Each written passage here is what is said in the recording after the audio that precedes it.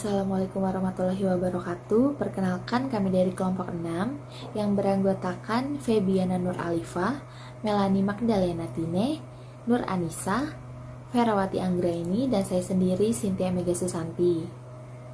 Pada hari ini kami akan mempresentasikan materi tentang anak tunalaras. Latar belakang: manusia adalah makhluk ciptaan Allah yang sempurna dan dianugerahi potensi sebagai khalifah di muka bumi. Kesempurnaan yang dimiliki manusia tidak hanya dari segi fisik, akan tetapi manusia dianugerahi akal yang potensinya dapat melampaui batas kemampuan yang dimiliki oleh semua makhluk ciptaan Tuhan. Terlepas dari cacat fisik, seperti anak berkebutuhan khusus, contohnya anak tunalaras. Oleh karena itu, pada kesempatan kali ini, kelompok kami akan membahas tentang anak-anak yang mengalami gangguan emosi dan perilaku atau yang sering disebut anak tunalaras. Istilah tunalaras yang berasal dari kata tuna yang berarti kurang dan laras berarti sesuai.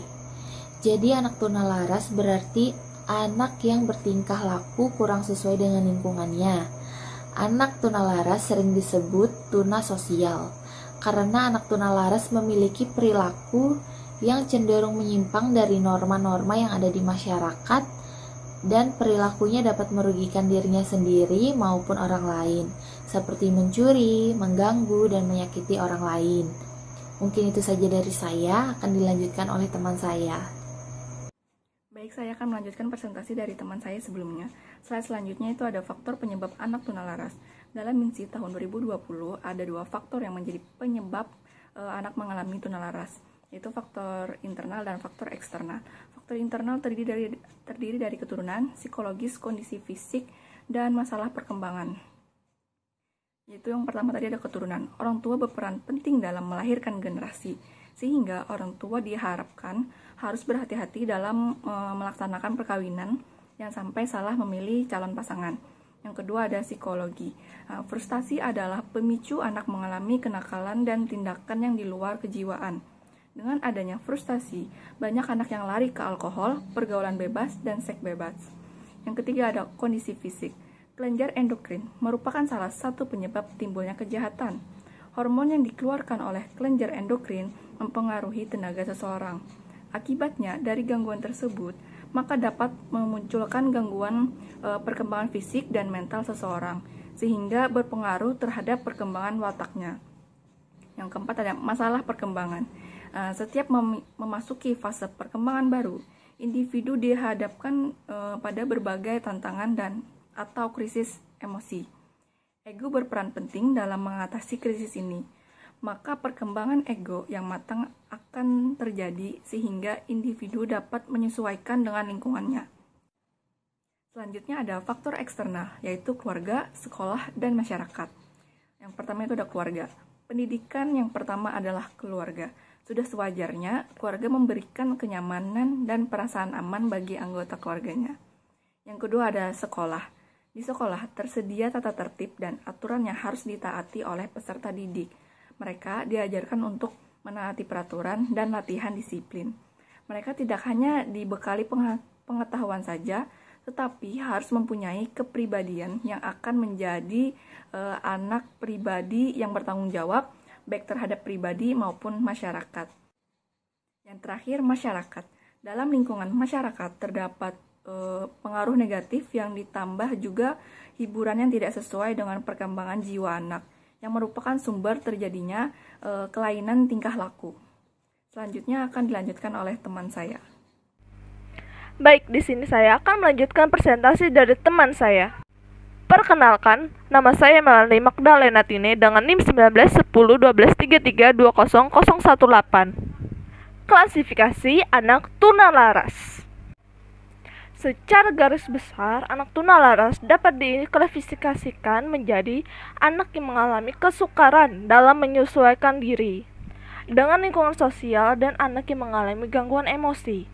William MC mengemukakan kedua klasifikasi tersebut antara lain sebagai berikut. 1.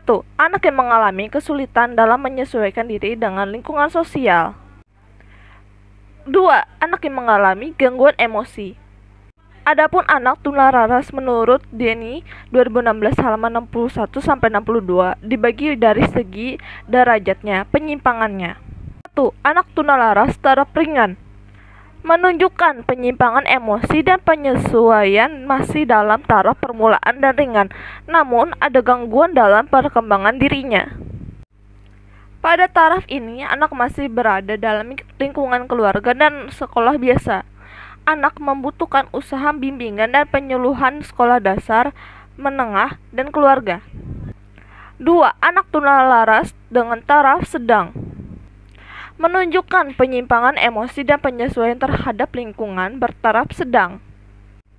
Pada taraf ini, anak memerlukan pelayanan tersendiri dalam belajarnya. Anak ada masih dalam lingkungan keluarga dan ada yang harus masuk asrama untuk keperluan penyembuhan.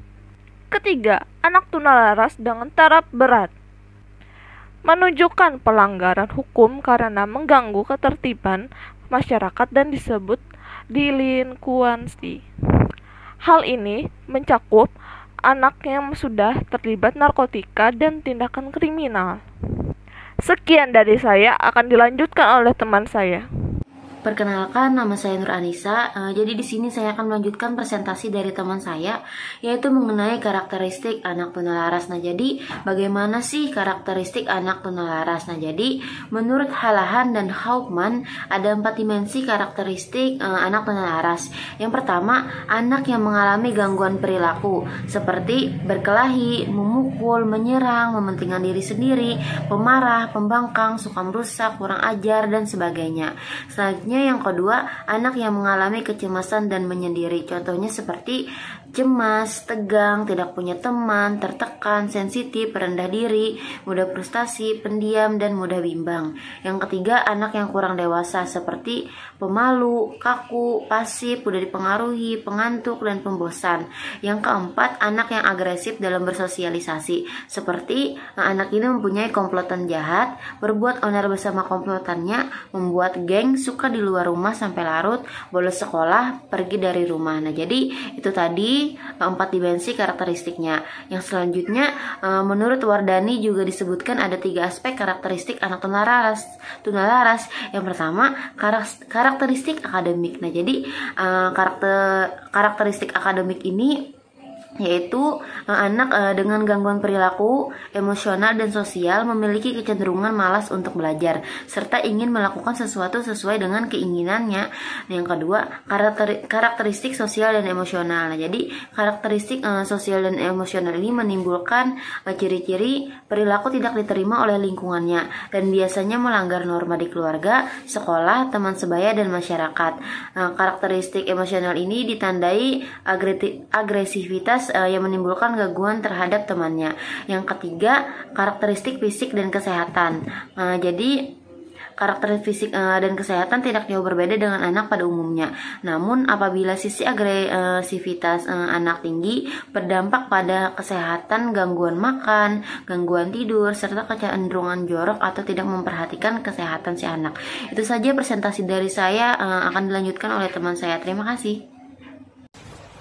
Assalamualaikum warahmatullahi wabarakatuh. Perkenalkan, nama saya Perwata Anggraini. Di sini saya akan melanjutkan presentasi dari teman saya yang tadi. Di sini saya akan menjelaskan tentang jenis layanan pada anak tunalaras. Salah satu program pembelajaran yang dirancang untuk anak-anak berkebutuhan khusus adalah program pembelajaran individual, yaitu program yang disusun sesuai dengan kebutuhan individu anak-anak berkebutuhan khusus, baik untuk pendidikan jangka pendek ataupun jangka panjang. Istilah program pembelajaran individual atau PPI merupakan terjemahan dari bahasa Inggris, yaitu The Individualist Education Program atau yang disingkat IEP, yang menurut Halahan 1991 dalam persiapannya harus merumuskan tingkat kemampuan siswa saat ini yang memiliki tujuan jangka pendek ataupun jangka panjang.